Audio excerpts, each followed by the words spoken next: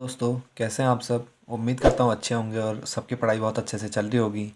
तो दोस्तों, आज परसेंटेज का हम 10वां टाइप पे पहुँच चुके हैं और काफ़ी छोटे छोटे टाइप्स हैं। बहुत बेसिक से हम जो है समझते हुए चले आगे। और मैंने कोशिश की है कि आपको जो है मेरी एक एक बात समझ में आए, ताकि आप जो है कि अगर लैंग्वेज घुमाए भी, अगर क्वेश्चन लैंग्वेज थोड़ा इधर उधर भी करता है तो उसके बावजूद आपको समझ में आना चाहिए और आप उसे क्वेश्चन को बना पाएँ। तो दोस्तों, इसी में परीक्षा में फेल पास पर आधारित कुछ टाइप बनते हैं। और ये एक टाइप नहीं है, इसमें दो तीन मतलब कम से कम चार टाइप मिक्स करके बनते हैं। तो मैं उनको आपको एक एक के कम से कम दो दो या तीन तीन क्वेश्चन करवाता हुआ चलूँगा, ताकि आपको उसमें आगे दिक्कत ना आए। उसी का एक जो सबसे आसान टाइप है वो है परीक्षा में फेल पास पर आधारित का सबसे पहला पैटर्न, जो सबसे पहला टाइप है ए टाइप, उसे हम डिस्कस करने वाले हैं। तो दोस्तों, यहाँ पे क्वेश्चन कुछ ऐसा है। एक कक्षा में 70% विद्यार्थी उत्तीर्ण होते हैं। यदि उत्तीर्ण छात्रों की संख्या 330 है।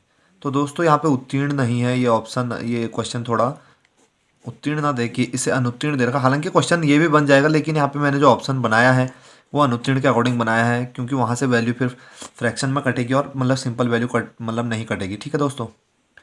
तो अब देखिए दोस्तों, एक कक्षा में 70% विद्यार्थी उत्तीर्ण होते हैं। यदि अनुत्तीर्ण छात्रों की संख्या 330 है तो कुल छात्रों की संख्या ज्ञात कीजिए। तो दोस्तों, क्या यहाँ पे आपको कुल छात्रों की संख्या ज्ञात है, क्या दे रखी है? नहीं, हमें कुल छात्रों की संख्या निकालनी है। तो दोस्तों, मैं कह सकता हूँ कि मैं मान लेता हूँ कुल छात्र कितने हैं दोस्तों, 100 हैं।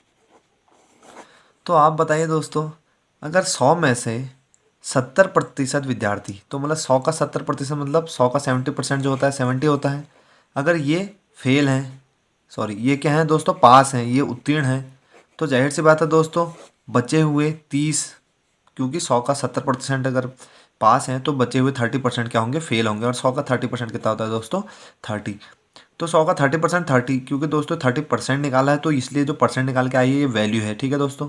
और यहाँ पे जो था ये भी 70% था और ये 70 वैल्यू है। तो हम कह रहे हैं दोस्तों, 30 छात्र जो हैं अनुत्तीर्ण हुए हैं या फिर फेल हुए हैं। और सवाल कह रहा है जो अनुत्तीर्ण छात्र हैं उनकी संख्या कितनी है, 330 है। तो हम कह रहे हैं हमारे अकॉर्डिंग सवाल का आंसर 30 है, जबकि सवाल के अकॉर्डिंग कितना है, 330, क्योंकि हमने 100 पे कैलकुलेशन किया दोस्तों। ठीक है। तो हम कहते हैं हमारे 1 की वैल्यू जो आती है वो आती है 330/30। तो जब इसे हम काटते हैं तो आता है 1 की वैल्यू 11। तो दोस्तों, कुल छात्रों की संख्या पूछी थी, क्योंकि मैंने इससे मानी हुई वैल्यू पे 100 पे कैलकुलेशन की है, अतः 1 की वैल्यू को किससे गुणा कर देंगे, 100 से गुणा कर 11 से गुणा कर देंगे। तो मैंने कहा कुल छात्र जो हो जाएंगे दोस्तों, कुल छात्र कितने हो जाएंगे, 100 × 11। ठीक है दोस्तों। तो ये हो जाएगा 1100, और इसके अकॉर्डिंग कौन सा ऑप्शन है आपका क्या हो जाएगा, करेक्ट हो जाएगा दोस्तों। उसी के हिसाब से दोस्तों, आप इसी को 11 को 70 में गुणा करके पास भी निकाल सकते हैं। तो पास कितने हो जाएंगे, 70 × 11, तो आ जाएगा आपका 770। और सेम अगर फेल निकालने हैं तो फेल तो आपको दे ही रखा है, इसी से हमने क्वेश्चन को कंपेयर किया है। बढ़ते हैं दोस्तों नेक्स्ट क्वेश्चन की ओर। नेक्स्ट क्वेश्चन है दोस्तों, एक दफ्तर में 80% पुरुष कर्मचारी हैं। तो दोस्तों, फिर से मुझे क्या निकालना है, पुरुष कर्मचारियों की संख्या 200 है, तो महिला कर्मचारियों की संख्या ज्ञात कीजिए। तो दोस्तों, मेरे पास कुल कर्मचारी, अगर कुल कर्मचारियों की संख्या नहीं दी है तो मैं मान सकता हूँ, माना कुल कर्मचारी 100 हैं। तो दोस्तों, इसमें पुरुष कितने होंगे, तो हमने कहा 100 का 80%, 80 जो होंगे पुरुष होंगे। 100 में से दोस्तों, 100 में से 80 अगर पुरुष होंगे तो जाहिर सी बात है 20% बची हुई क्या होंगी, महिलाएं होंगी। तो हमने कहा 20 क्या हैं, महिलाएं हैं। ठीक है दोस्तों। तो हम कह रहे हैं हमारे 100 पे 80 पुरुष हैं, जबकि सवाल ने पुरुषों की संख्या कितनी कही है, 200 कही है। तो हम कह सकते हैं हमारा 80 सवाल का 200, या हमारे 80 का मान सवाल के 200 पद के बराबर है। तो तुलना करने पर हम पाते हैं कि 1 की वैल्यू जो आती है वो आती है 200, मतलब 200/80। यहाँ से काटेंगे तो आप आता है 4 पंजे 20, 4 दूनी 8। तो हम इसे ऐसे ही छोड़ देते हैं फ्रैक्शन फॉर्म में। तो 1 की वैल्यू आ गई 5/2। यहाँ से पूछा है महिला कर्मचारियों की संख्या ज्ञात कीजिए। तो दोस्तों, महिला कर्मचारियों की संख्या कितनी है, 20 है। तो हम इसे कितना कर देंगे, 20 से मल्टीप्लाई कर देंगे। तो मैं कह सकता हूँ 5 × 2 इंटू, तो यहाँ से आपका जो कट के आता है वो आता है 50। तो महिलाओं की संख्या 50 हो गई, पुरुषों की संख्या कितनी हो गई दोस्तों, 200 हो गई। तो कुल कर्मचारी कितने हो गए, 250। या आप इसे डायरेक्ट यहाँ पे भी गुणा कर सकते थे। 1 की वैल्यू को अगर आप 100 मतलब के साथ मल्टीप्लाई करेंगे, 100 के साथ आप 1 की वैल्यू को मल्टीप्लाई करते हैं तो भी आपका जो है कुल कर्मचारियों की संख्या निकल के आ जाती है दोस्तों। ठीक है, ये आपका 250 दोनों तरह से क्रॉस चेक हो गया।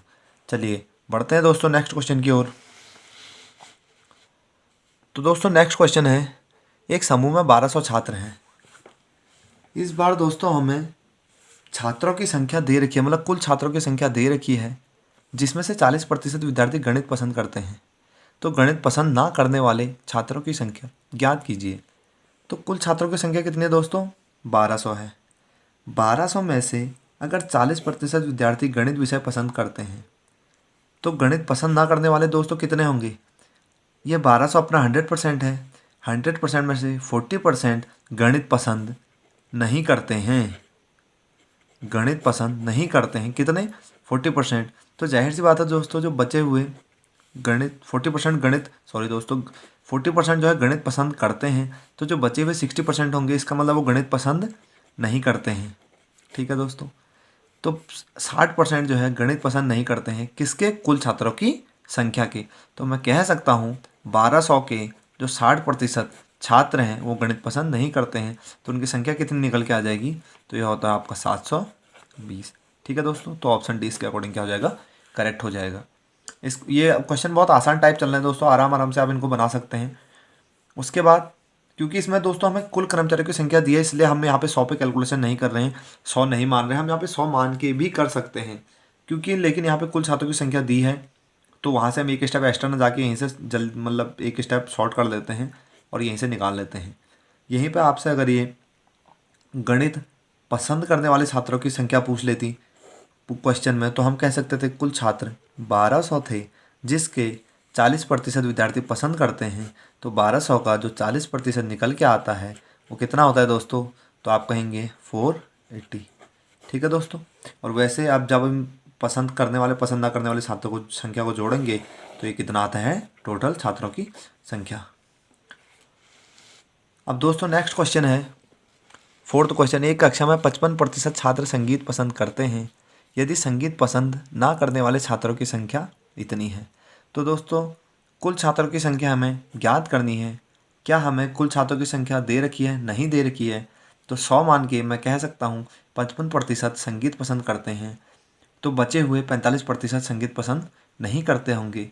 और हमने कहा है 45% नहीं पसंद करते हैं, सवाल ने इसे 135 कहा है, तो मैं कह सकता हूँ 45 की वैल्यू क्वेश्चन के 135 के इक्वल है, तो जो 1 की वैल्यू होगी वो 3 के इक्वल हो जाएगी, और 100 इंटू 3 क्या हो जाएगा? 300 टोटल नंबर हो जाएगा, नंबर ऑफ स्टूडेंट। तो इसे आप ऐसे भी बना सकते हैं दोस्तों आराम से, ये आपका होमवर्क रहेगा। और दोस्तों अपने आंसर आप कमेंट बॉक्स में किया कीजिएगा, मुझे इंतजार रहता है आपके आंसर्स का। आप कमेंट बॉक्स में इतना ध्यान नहीं देते हैं, तो अपना आंसर आप कमेंट बॉक्स में दिया कीजिए। पढ़ते हैं नेक्स्ट टाइप की ओर। अब दोस्तों जो हम नेक्स्ट टाइप पढ़ने वाले हैं वो है परीक्षा में फेल पास पर आधारित प्रश्न, और इसका कौन सा टाइप बी। इसमें क्वेश्चन थोड़ा बदलता है दोस्तों। पहला क्वेश्चन है, किसी परीक्षा में 60% विद्यार्थी गणित में, 70% विद्यार्थी अंग्रेजी में और 50% विद्यार्थी दोनों में उत्तीर्ण हुए हैं। तो बताइए कुल कितने प्रतिशत विद्यार्थी उत्तीर्ण हुए हैं। ठीक है दोस्तों, तो ऐसे टाइप को समझने के लिए दो तरीके होते हैं, और मैं आपको बहुत आसानी से समझाऊंगा, बहुत आराम बहुत इजी तरीके से। तो इसके लिए जो तरीका होता है दोस्तों वो आपको देख सकते हैं। तो दोस्तों ये वेन डायग्राम वाला चैप्टर से हम इसे थोड़ा क्लियर कर देते हैं। देखिए दोस्तों, मैं कहता हूँ एक कॉलम जो है मेरा मैथ का है, इस वाले कॉलम को दोस्तों मैंने मैथ का कह रखा है या गणित का कह रखा है। तो इसमें कितने प्रतिशत विद्यार्थी जो है उत्तीर्ण होते हैं? 60% उत्तीर्ण होते हैं मैथ में। उसके बाद एक कॉलम अंग्रेजी का है, और उसके बाद दोनों में भी कुछ उत्तीर्ण हो रहे हैं दोस्तों। तो इसमें आपको याद रखना है कि दोनों में भी उत्तीर्ण हो रहे हैं, तो मतलब कुछ बच्चे कॉमन होंगे या कुछ बच्चे ऐसे होंगे जो दोनों में उत्तीर्ण हो रहे हैं। तो ये वाले कौन से बच्चे होंगे जो दोनों में उत्तीर्ण हो रहे हैं। उसके बाद दोस्तों आपको कहा है कि 60% विद्यार्थी गणित में, 70% विद्यार्थी अंग्रेजी में, इंग्लिश में जो है कितने परसेंट? 70% बच्चे पास होते हैं। जबकि जो दोनों में है वो कितने प्रतिशत बच्चे पास होते हैं? दोनों में जो है आपका 50% बच्चे पास होते हैं। तो आपको क्या करना है, पहले विषय और दूसरे विषय में उत्तीर्ण होने वाले छात्रों का जो मतलब प्रतिशत है उसका सम कर देना है, उसको जोड़ देना, तो आप कहेंगे 60% प्लस 70%, और इसमें से माइनस कर देना है किसे, जो दोनों में उत्तीर्ण हुए हैं। ठीक है दोस्तों, जो दोनों में उत्तीर्ण हुए, तो दोनों में उत्तीर्ण कितने प्रतिशत हुए, 50%। तो जब आप इसे घटाएंगे ये होता है 130% माइनस 50% बराबर 80%, इसका क्या हो जाता है, आंसर हो जाता है दोस्तों। ठीक है, सेम पैटर्न पे नेक्स्ट क्वेश्चन देखिए। पिछली बार दोस्तों तीनों को, क्योंकि एक बार एक विषय में उत्तीर्ण हुआ था, अगली बार दूसरे में और तीसरे कंडीशन में दोनों में उत्तीर्ण हुए थे। इस बार जो क्वेश्चन है वो 40% विद्यार्थी संस्कृत में, 25 हिंदी में और 20 दोनों में अनुत्तीर्ण हुए हैं। कुल इस बार जो तीनों का प्रतिशत दे रखा है वो किस में दे रखा है, अनुत्तीर्ण दे रखा है दोस्तों। तो कैसे इसे करेंगे, तो हमने कहा दोस्तों वेन डायग्राम बना लेते हैं। अब इसे आप डायरेक्ट समझ गए होंगे कि 40 करना है प्लस 25 करना है और माइनस कितना कर देना है, 20 कर देना है। फिर भी समझने के लिए थोड़ा लिखते हैं दोस्तों। संस्कृत वाला कॉलम है ये, इसमें कितने अनुत्तीर्ण, फेल कितने हो रहे हैं दोस्तों, 40% फेल हो रहे हैं। हिंदी में 20%, 25%, तो ये कौन सा कॉलम है, ये हिंदी वाला कॉलम है और इसमें कितने हो रहे हैं, 25%। तथा दोनों विषय में कितने हो रहे हैं, 20%। ये जो कॉमन वाला एरिया है इसमें कितने छात्र हैं, 20% छात्र यहाँ पे भी हैं जो दोनों में क्या हो रहे हैं, फेल हो रहे हैं। तो कह रहा है बताइए कितने प्रतिशत विद्यार्थी अनुत्तीर्ण हुए हैं। तरीका आपको पता है, 40% करना है प्लस 25% करना है और इसमें से घटा कितना देना, माइनस का 20%। तो जब आप इसे सॉल्व करेंगे तो आता है 65% माइनस 20%, तो यहाँ से कितना आया आपका 45% आपका क्या हो जाता है, आंसर हो जाता है दोस्तों। ठीक है,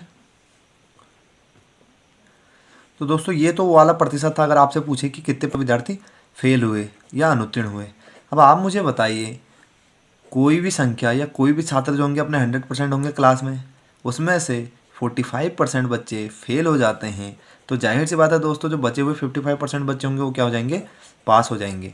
तो आपको यहाँ पे अगर लास्ट में पूरे तीनों चीज़ों में अनुत्तीर्ण देके उत्तीर्ण पूछ ले तो आपको कंफ्यूज नहीं होना है, यहाँ तक सेम करना है और बाद में 100 से क्या कर देना है, उसे घटा देना है, तो 5 छात्रों की संख्या का प्रतिशत निकल के आ जाएगा। ठीक है दोस्तों, अब जो नेक्स्ट टाइप है दोस्तों, इससे थोड़ा अच्छे से समझिएगा क्योंकि ये थोड़ा कॉन्सेप्ट पे बेस्ड है, इसमें डायरेक्ट टू डायरेक्ट तरीका नहीं होता।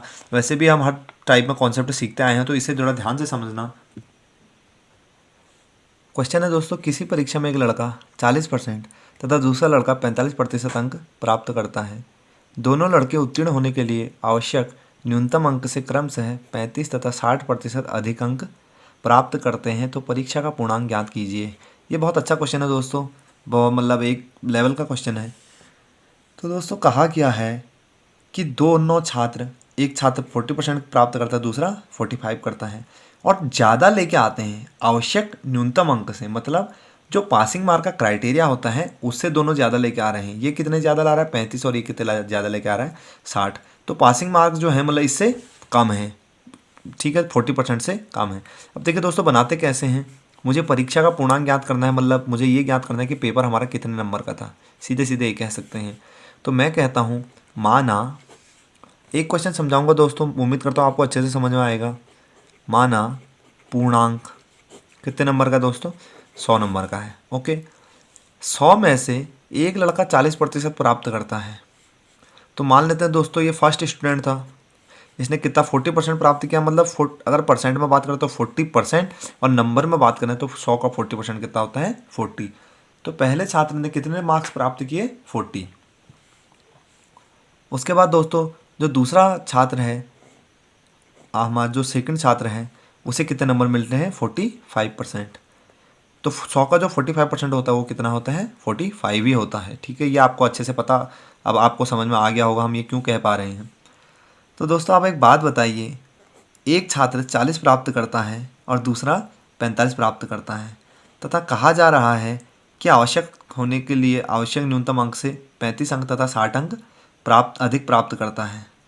तो दोस्तों यहाँ पे जो 40 और 45% का जो गैप है, क्या वही आपके 35 और 60% के गैप के बराबर नहीं है क्या। देखिए ये 40% मतलब 40 प्राप्त कर रहा है और ये 45% मतलब 45 प्राप्त कर रहा है। ये परसेंट की जो वैल्यू है 40 और 45%, ये 5% है, और जबकि सवाल में हमें कितनी कही गई है, 60 माइनस 35 कहा गया है। तो आप जब इसे देखेंगे तो मैं कहता हूँ ये कितने ज़्यादा लेके आ रहा है 40 और 45 के अकॉर्डिंग, 5 मार्क्स ज़्यादा लेके आ रहा है। 5 की वैल्यू आपको कितनी दे रखी है 25, तो 1 की वैल्यू कितनी हो जाएगी दोस्तों 5।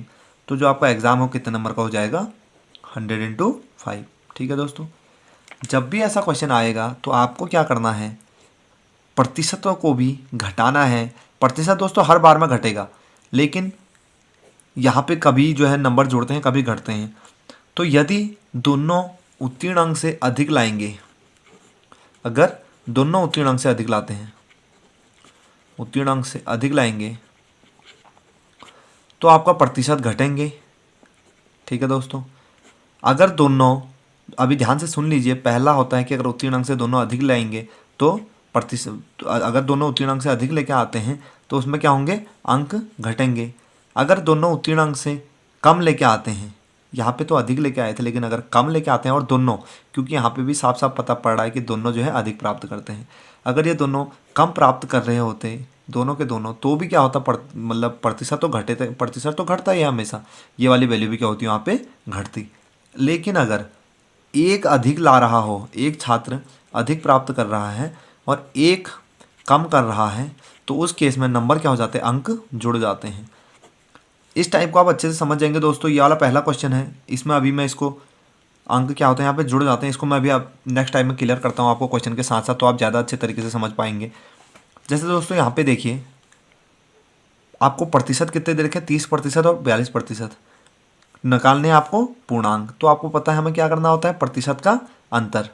तो जब आप प्रतिशत का अंतर निकालेंगे तो 30% माइनस 42% माइनस 30% कितना होता है दोस्तों, तो आप कहेंगे 12%।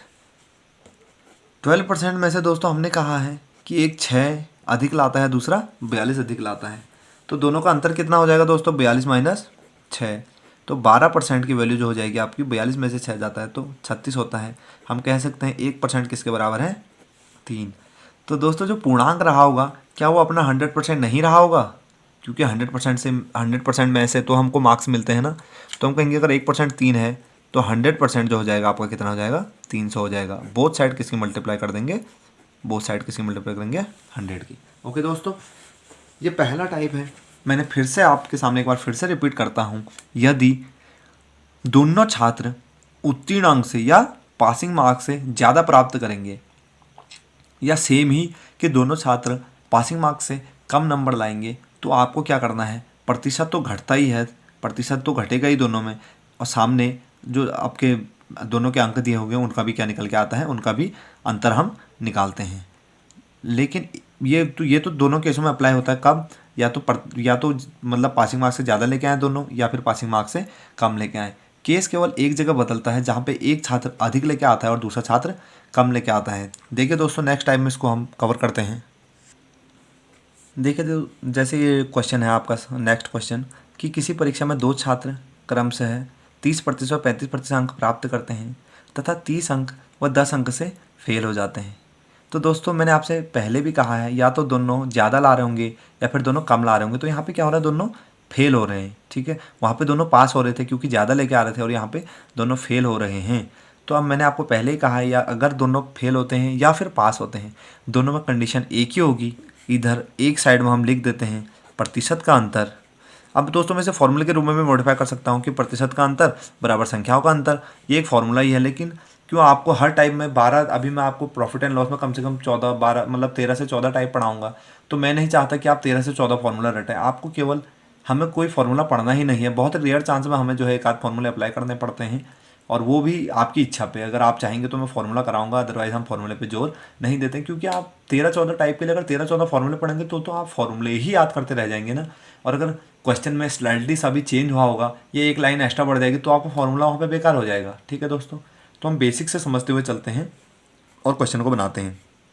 मैंने आपसे कहा दोस्तों, अगर दोनों, फिर से रिपीट कर रहा हूँ, या तो पासिंग मार्क्स से अधिक लेके आएँ, या मतलब पास हो जाएं, या फिर दोनों क्या हो जाएं, फेल हो जाएं। अभी हमने जो पहले के 2 क्वेश्चन किए हैं उनमें दोनों क्या हो रहे थे, पास हो रहे थे या अधिक लेके आ रहे थे, और जो ये टाइप है इसमें दोनों फेल हो रहे हैं। तो इधर क्या करेंगे, एक साइड में अंकों का अंतर कर देंगे। तो यहाँ से जब आप करेंगे तो 5% का मान आएगा 20, तो 1% का मान कितना आएगा दोस्तों, यहाँ से निकल के 4। ठीक है, तो 1% अगर 4 के बराबर है, तो दोस्तों पेपर तो अपना 100% रहा होगा ना, तो हम कह सकते हैं कि 100% कितना हो जाएगा, 400 हो जाएगा, क्योंकि एक को 100 बनाने के लिए 100 से मल्टीप्लाई किया है, वैसे ही 4 को अब जब इधर मल्टीप्लाई किया है तो ये क्योंकि इक्वल में है, रेशियो में है, तो इधर भी क्या करेंगे, 100 से गुणा करेंगे। अब दोस्तों यहाँ पे एक थोड़ा सा आगे एक स्टेप और बढ़ते हैं। अब ये तो आ गया आपका पूर्णांक। पूर्णांक मतलब कि आपका एग्ज़ाम कितने नंबर का था, तो पूर्णांक दोस्तों है आपका 400।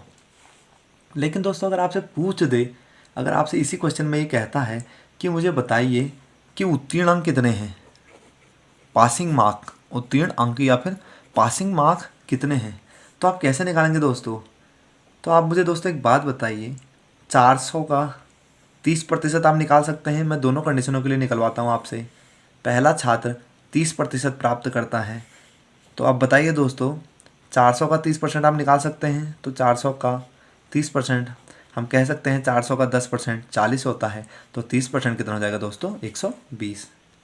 अब आप एक बात बताइए दोस्तों, 120 ला रहा है, उसके बावजूद भी 30 अंकों से पहला वाला छात्र फेल हो जाता है। मेरी बात को ध्यान से सुनिएगा, 120 अंक प्राप्त करता है, उसके बावजूद भी 30 अंकों से फेल हो जाता है। मतलब अगर 120 में वो 30 नंबर और ले आता तो क्या वो पास हो जाता? जी हाँ, बिल्कुल वो पास हो जाता। तो इसका मतलब क्या हुआ कि वो 150 जो है आपका उत्तीर्ण अंक है। ठीक है दोस्तों, 150 क्या है, उत्तीर्ण अंक है। ये तो दोस्तों कहा गया कि उत्तीर्ण अंक क्या होता है, 150 हो गया। अगर आपसे पूछ ले कि उत्तीर्ण प्रतिशत कितना है, अगर क्वेश्चन आपसे कहे दोस्तों कि उत्तीर्ण प्रतिशत कितना है, तो हम कह सकते हैं दोस्तों उसे 150 नंबर लाने हैं। किस में से लाने हैं, 400 में से लाने हैं, और गुणा किससे, 100 से करेंगे। तो जो यहाँ से आपका आंसर आता है वो आएगा 4 तिया 12, 30 बचेगा, 4 सत्ता 28, 37.5%।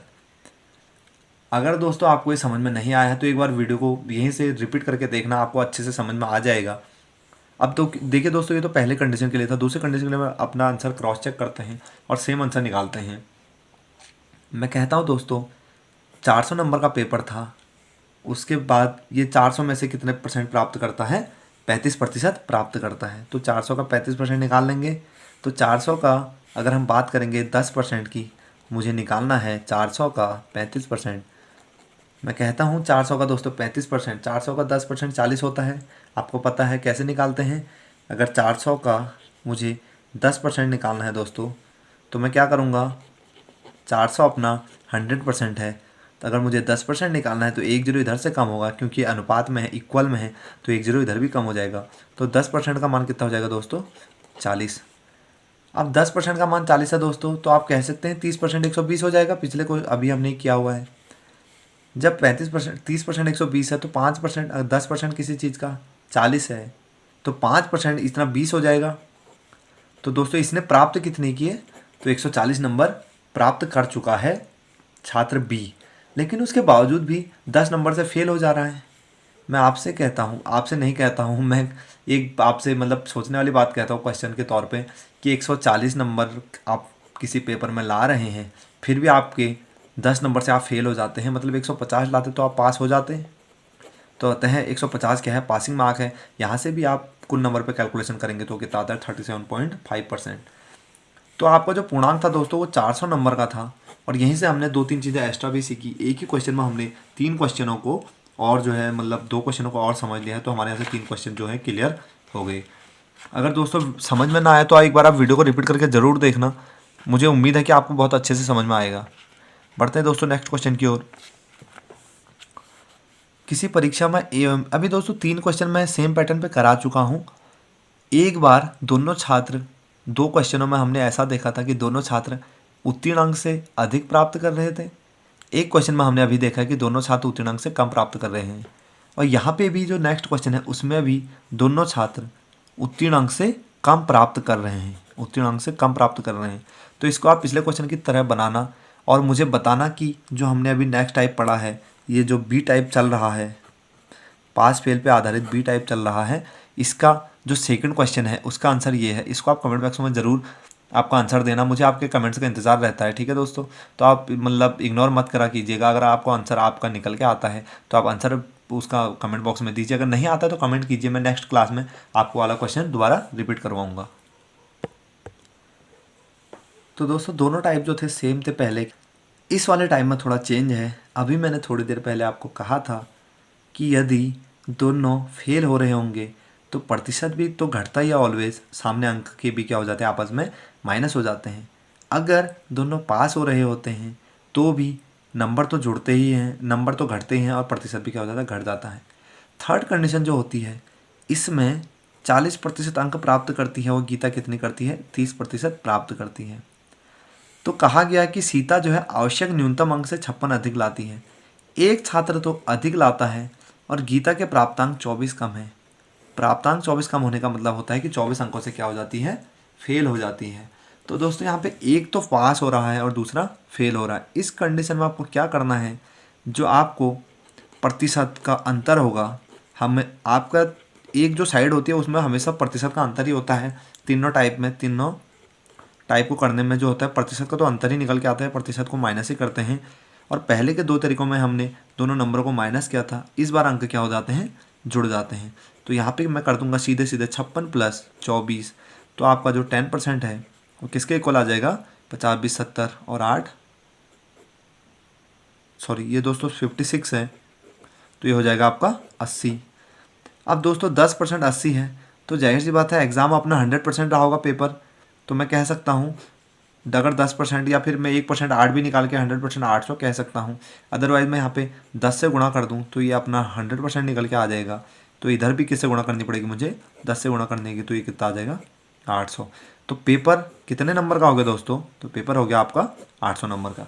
लेकिन यहीं पर अगर ये आपसे पूछ दे कि ज्ञात कीजिए कि उत्तीर्ण अंक कितने हैं, या फिर गीता कितने अंक प्राप्त करती है, या फिर सीता कितने अंक प्राप्त करती है, तो हम इसे आगे कैसे करेंगे। तो दोस्तों देखिए सीता कितने अंक प्राप्त करती है 40%। किसका, अपने पेपर के पूर्णांक का, क्योंकि पेपर 800 नंबर का है तो 800 में से ही तो 40% अंक सीता प्राप्त कर रही होगी। तो दोस्तों हम कह सकते हैं सीता कितने नंबर लेके आई, तो हम कहेंगे 800 का 40%, क्योंकि 800 नंबर का पेपर है और 40% अंकों की कर रही है, प्राप्त कर रही है। तो आंसर तो दोस्तों आपका आ चुका है, लेकिन मैं आपको थोड़ा एक्स्ट्रा 2-3 इसमें अंदर मतलब समझा रहा हूँ कि अगर ऐसे क्वेश्चन पूछ लें तो आप वहाँ पे मतलब ये ना हो कि हमने ये क्वेश्चन नहीं किया। ठीक है दोस्तों, आपको लैंग्वेज को समझना आना चाहिए। तो दोस्तों सीता कितना अंक प्राप्त करती है 40%, किसका 800 का। तो दोस्तों अब मैं बार बार आपसे नहीं कहूँगा कि 800 का 10% 80 होता है, तो 40% कितना हो जाएगा 320। अब आप मुझे बताइए 320 नंबर ला रही है और दोस्तों कहा है कि सीता जो है आवश्यक न्यूनतम अंक से कितना अधिक लाती है 56। तो दोस्तों ये 320 लाई है लेकिन ये 56 ज़्यादा ले आई है, तो मैं कहूँगा 56 कम कर दूँ तो मेरे पासिंग मार्क क्या आ जाएंगे क्या, तो आप कहेंगे बिल्कुल पासिंग मार्क आ जाएंगे। तो जब आप इसमें से घटाएंगे तो 20 ये घटेगा, उसके बाद बचता आपका 36।